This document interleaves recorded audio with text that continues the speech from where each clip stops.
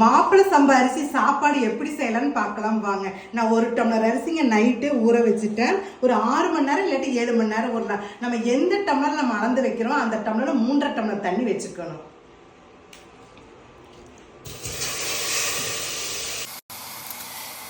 3.5 tumbler தண்ணி ஊற்றிக்கலாங்க. எங்ககிட்ட வந்து கருப்பு கவுனி அரிசி, மாப்பிள்ளை சம்பா அரிசி எல்லாமே ஃப்ரெஷ் பஸ் ரெடியாக இருக்குதுங்க. வேணுங்கிறவங்க கீழே கொடுக்குற கான்டாக்ட் நம்பருக்கு கான்டாக்ட் பண்ணிக்கோங்க. 4 விசில் குட்டுக்கலாங்க. 4 விசில் குட்டு ஆஃப் பண்ணிட்டேங்க. அப்படி வேகலன்னு நினைக்கிறவங்க ஓப்பன் பண்ணி ஒரு கலக்கி சிம் வச்சு ஒரு 5 நிமிஷம் விட்டுருங்க. சாதம் பாருங்க, மாப்பிள்ளை சம்பா அரிசி நல்லா வெந்துருச்சுங்க.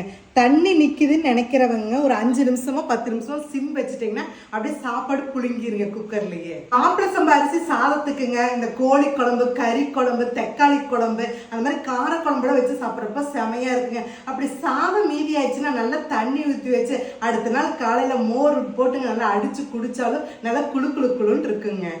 இந்த மாப்பிள்ளை சம்பா சாதம் எடுத்துக்கும் போதுங்க மத்தியான நேரத்தில் உடம்பு வந்து நல்லா ஹெல்த்தியாக இருக்குங்க. என் சின்ன பையன் வந்து டயட்டுக்கு இதுதான் யூஸ் பண்ணிட்டு இருக்கிறான். அவனுக்கு வெயிட் கம்மியாகுதுன்னு அவன் சொன்னானுங்க. பாருங்க, மாப்பிள்ளை சம்பா சாதத்தோடங்க நான் மீன் குழம்பு தான் வச்சு இன்னைக்கு சாப்பிட போகிறேன். தண்ணி மாதிரி மீன் குழம்புங்க. இதை அப்படியே இப்படி எடுத்து இந்த குழம்பு இப்படி வச்சு பாருங்க, நல்லா சாதத்தை பிணைஞ்சாச்சுங்க. அப்படியே இந்த மீன் அப்படி கொஞ்சம் வச்சுங்க. பயங்கர சூடாக இருக்குங்க. ஆனால் டேஸ்ட்டு நம்பர் ஒன்றுங்க. இதே மாதிரி நீங்களும் ட்ரை பண்ணி பாருங்கள்.